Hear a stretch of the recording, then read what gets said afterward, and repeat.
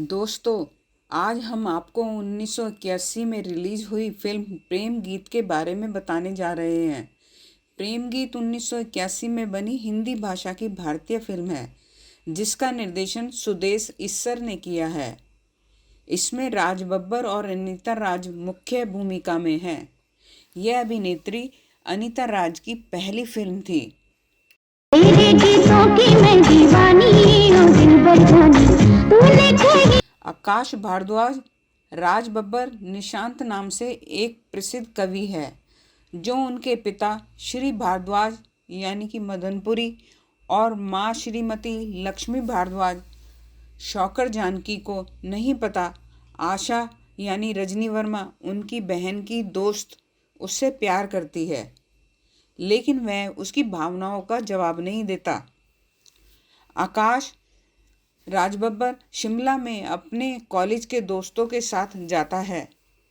आकाश अपने दोस्तों को अपनी कविता सुनाता है। देख लो आवाज देकर, तभी उन्हें बाहर से गाने की आवाज आती है। आवाज देकर पास अपने। निशांत बाहर जाकर देखता है कि एक लड़की अनीता राज गीत गा रही है। देख लो आवाज देकर पास।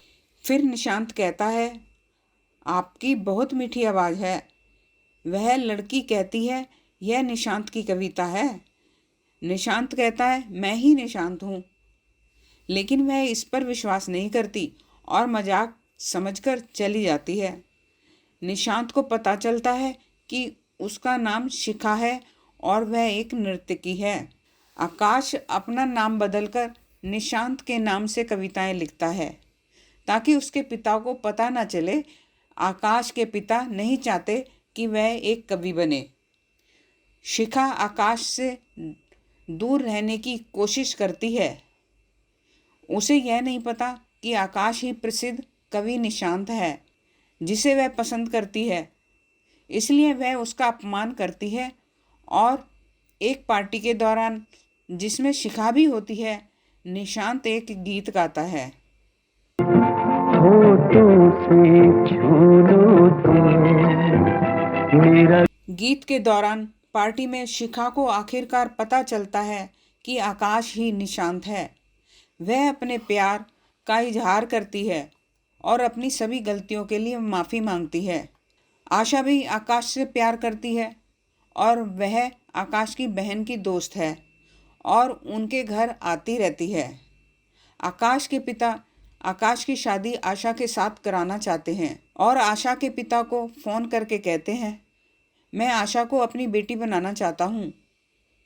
आशा के पिता हीरालाल इस बात से खुश हो जाते हैं। निशांत और शिखा एक स्टेज पर प्रोग्राम होता है। भर न भूले सौगात ऐसी है। जिसमें निशांत के पिता आकाश को नर्तकी के साथ देखते हैं। घर जाकर वे आकाश से नाराज होते हैं। आकाश के पिता उसे एक योग्य चिकित्सक के रूप में देखना चाहते हैं, न कि एक कवि के रूप में, और वे उसे आगे किसी प्रोग्राम में जाने के से मना कर देते हैं। निशांत शिखा को अपने पिता से मिलवाना चाहता है, लेकिन डरता है कि वे मना न कर दें।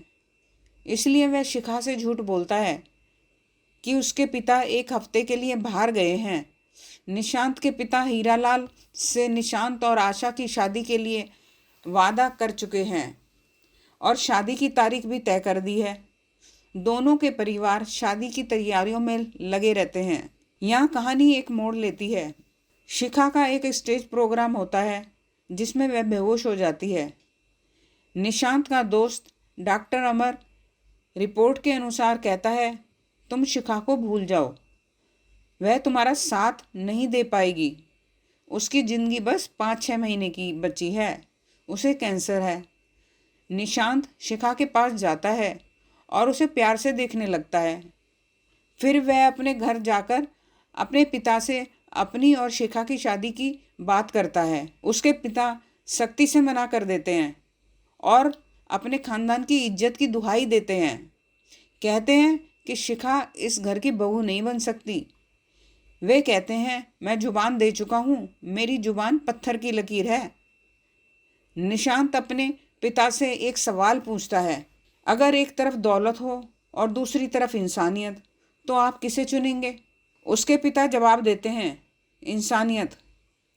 निशांत उन्हें बताता है कि शिखा को कैंसर है और वह 6 महीने से ज़्यादा नहीं जी पाएगी।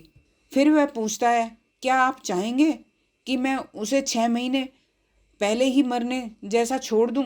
तभी उनका नौकर आता है और बताता है कि कोई उनसे मिलने आया है। निशांत का पिता नीचे जाता है और शिखा को देखता है। शिखा कहती है, मैं निशांत से प्यार करती हूँ, लेकिन वह आपसे बात करने से डरता है, इसलिए मैं हिम्मत करके यहाँ आई हूँ। उसके पिता कहते हैं कि निशांत की तो आज ही शादी तय हो चुकी है। शिखा उनसे विनती करती है कि निशांत को यह न बताएं कि वह उनसे मिलने आई थी, और वह वहाँ से वापस जाने लगती है। तभी निशांत के पिता उसे रोकते हैं। उसी बातें सुनकर उनकी आंखों में आंसू आ जाते हैं और पूरे परिवार को बुलाते हैं। सभी परिवारजन आश्चर्यचकित होते हैं और निशांत के पिता उसे शिखा को अंगूठी पहनाने के लिए कहते हैं।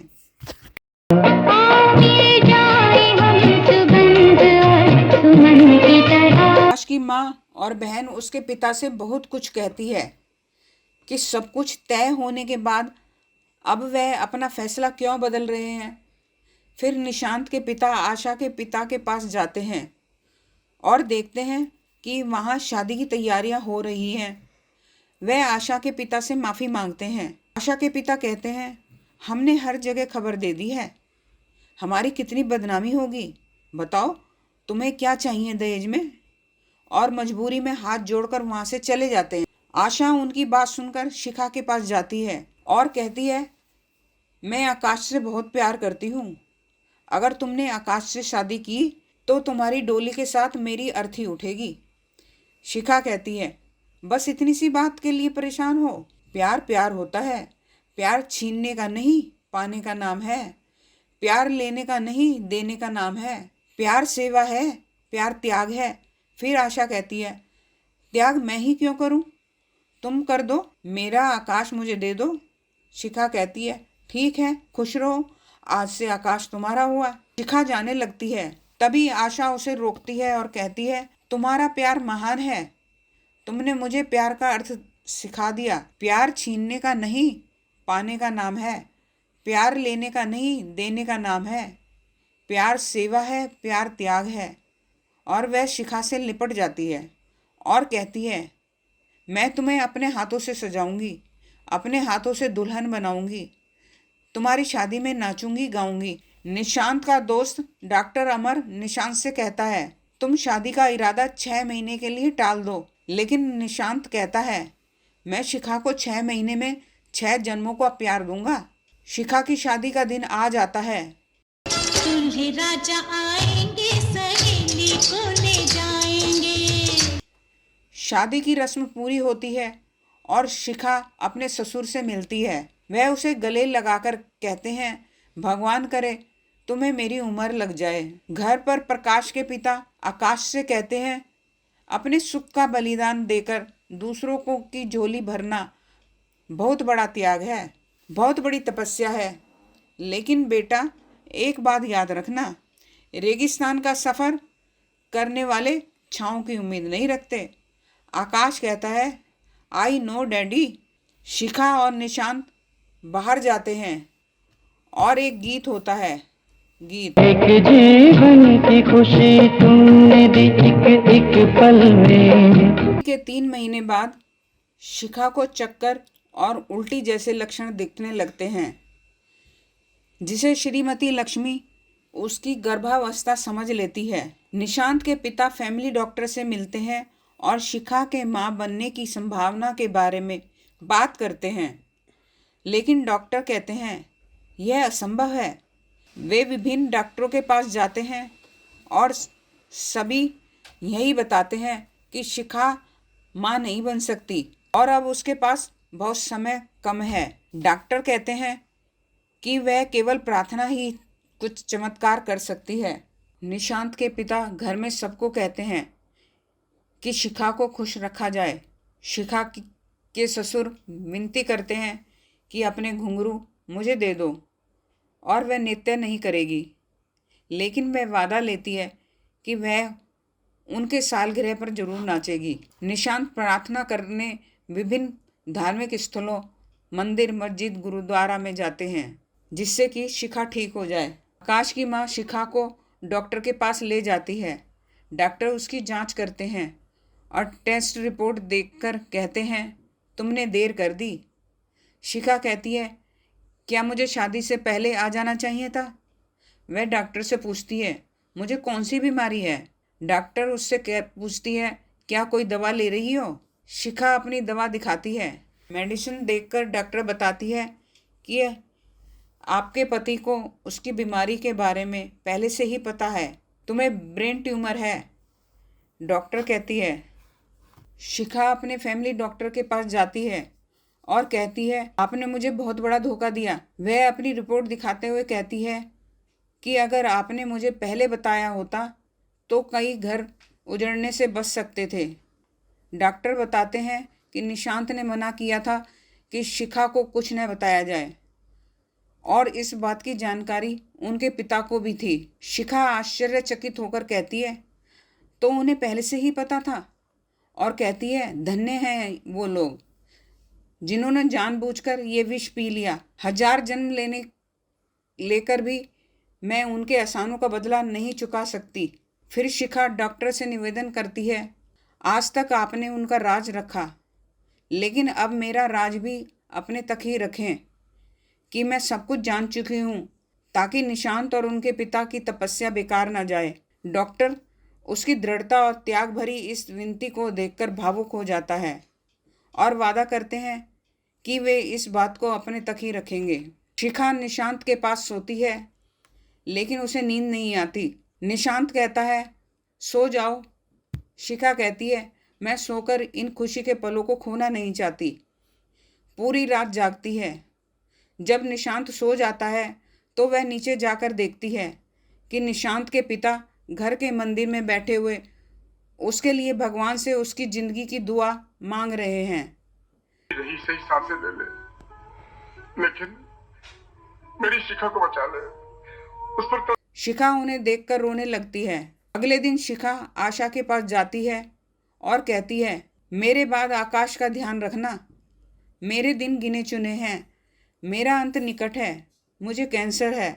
आकाश के परिवार के लोग शिखा का जन्मदिन बड़ी धूमधाम से मनाना चाहते हैं। चल रही होती है, लेकिन शिखा घुंघरू लेकर कहती है, पिताजी मुझे माफ़ करना, और वह कैंसर के चैरिटी शो के लिए चली जाती है।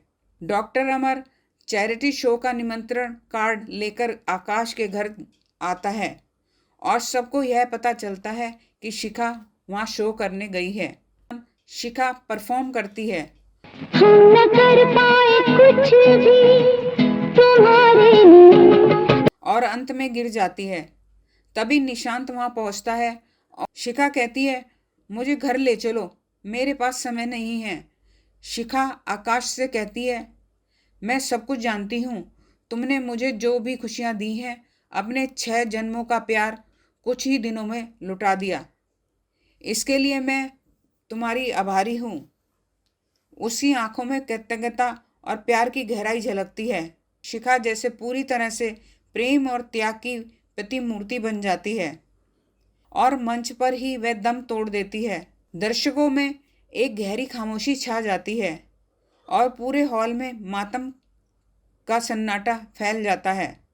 घर पर सभी मेंबर्स उसके जन्मदिन की तैयारी कर रहे होते हैं और उसका इंतजार कर रहे होते हैं। तभी निशांत शिखा को अपने बाहों में लेकर अंदर आता है और पूरे घर में मातम छा जाता है।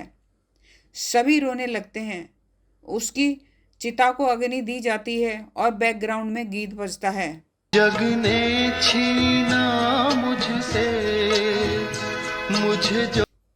दोस्तों, अगर आपको हमारा वीडियो पसंद आया हो तो इसे लाइक और चैनल को सब्सक्राइब करें, और हाँ, कमेंट में अपनी राय ज़रूर दें। हम जानना चाहेंगे कि अगली वीडियो में आप कौन सी फिल्म देखना पसंद करेंगे? धन्यवाद।